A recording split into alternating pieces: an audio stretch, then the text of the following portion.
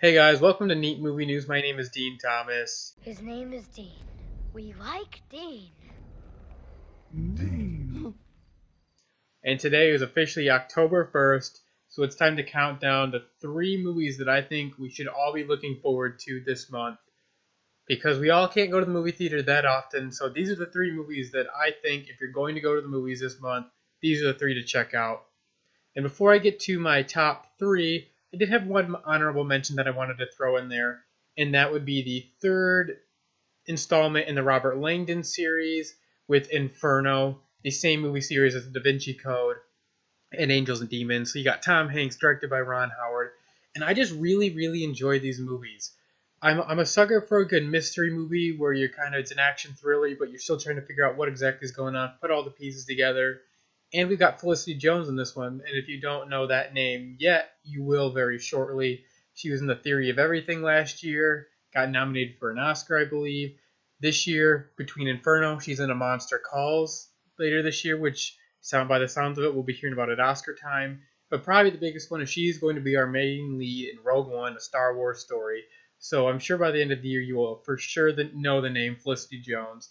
But I just really like this movie series, so I'm really looking forward to that. It just didn't quite make my top 3 most anticipated movies for the month of October. So with that being said, let's start off with number 3. And in this spot, I have The Girl on the Train. I used to watch this perfect couple. They were the embodiment of true love.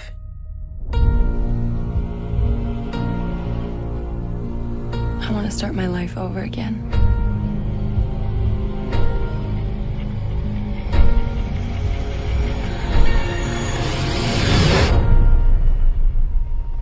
I saw her. I saw her from the train.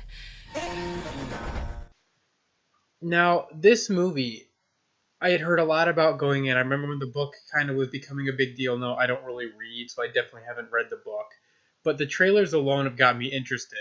While the story doesn't look anything like Gone Girl, it's got the same sort of tone and vibe. The visuals, the way it was shot, looks very similar.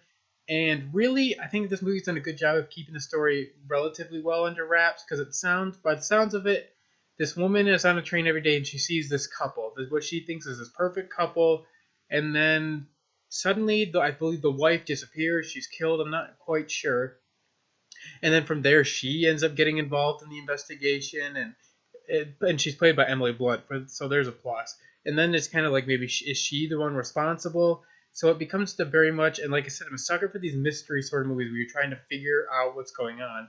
So of course I'm interested in this. It's also directed by Tate Taylor, who did The Help and Get On Up. So he's definitely a very good director, although this is a very different movie for him, so I'm curious if he can pull it off. But I'm still very much looking forward to this movie too. So number 3 is The Girl on the Train. She was with this man. Just for a second. Coming in at number 2 is a movie that a month ago I would have told you was number 1 for sure. Because of some things that have surrounded the movie, it's gone down a notch for me, and that's The Birth of a Nation. You're a child of God. You got purpose. The law put it there, and nobody can take it away. These books are for white folks. They're full of things your kind wouldn't understand. You're a special boy, Nathaniel. Study hard here. About the true story of Nat Taylor, who's kind of really what his job was, is he would be brought in to calm slaves down on plantations. And him being a black man himself, eventually he got fed up with this and decided to start this uprising, this slave revolt against the plantation owners. And it is a true story that really needs to be told. And then you hear that at Sundance Film Festival, it broke records for the highest selling film. It sold for like $17.5 million. The trailers look like visually beautiful. It seems like a powerful story. The reason it comes in at number 2 is because Nate Parker, the director and star of this movie, has had some serious rape allegations about him and some other stuff that gets very dark when you really look into the story. Now, of course, it's only been accused, innocent until proven guilty. And so I don't want to say anything too much. And while you should always separate art from the artist, if I'm being honest, it's going to be hard to do. So for that reason, I'm dropping it down to number 2 because it has kind of tainted it a little bit for me. But I'm going to do my best to go into the movie and watch the movie for what it is. And we'll do it 1,000 times again. You're waiting on something. You're waiting on us. We will ride.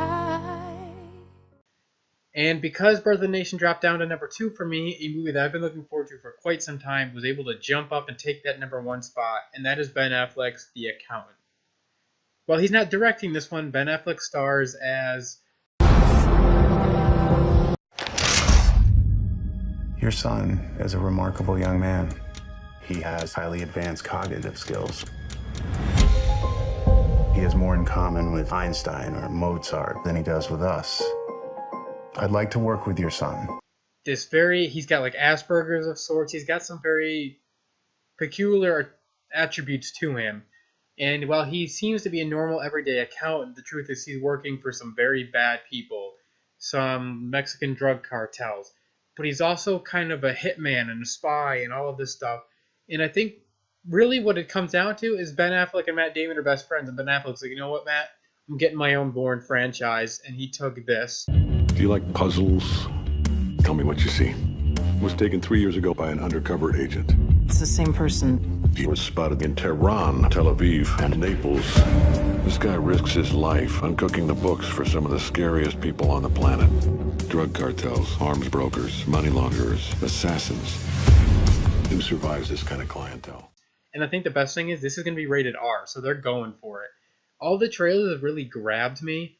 They seem like there's some very interesting new things going on. It's not just a generic action movie. And then you got John Bernthal in there. So many of you know from, Daredevil. He was the Punisher. And I believe he's like a hitman in this, so that works out perfectly. You got Anna Kendrick in it. And then you've got J.K. Simmons as a police detective of some sorts. So if you want to see J.K. Simmons going after Ben Affleck in this one, you're going to get that before you see them teaming up together as Commissioner Gordon and Batman in first Justice League, and then obviously Ben Affleck's solo Batman movie. And what also really gets me excited about this movie is the director, Gavin O'Connor, who did movies like Miracle, the movie about the 1980 U.S. Olympic hockey team. He also did Warrior, which is one of my favorite sports movies. And I do not like MMA at all. But what he does so well is he creates these like family sort of aspects to his movies, where Warrior was all about, like brothers and brotherhood. And then obviously the hockey team, he made that team feel like a family. Now this seems like a very different sort of thing because Ben Affleck's he's kind of on his own. He's a loner. But I think regardless of that, Gavin O'Connor is a very talented director, and that's one of the main reasons I'm really excited for The Accountant. So who is he? The accountant. Like a CPA accountant?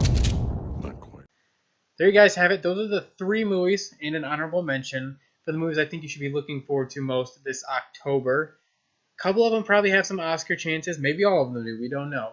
We'll see how this month plays out, and I'm sure there'll be a couple unexpected movies that kind of pop up that nobody was thinking were going to be any good.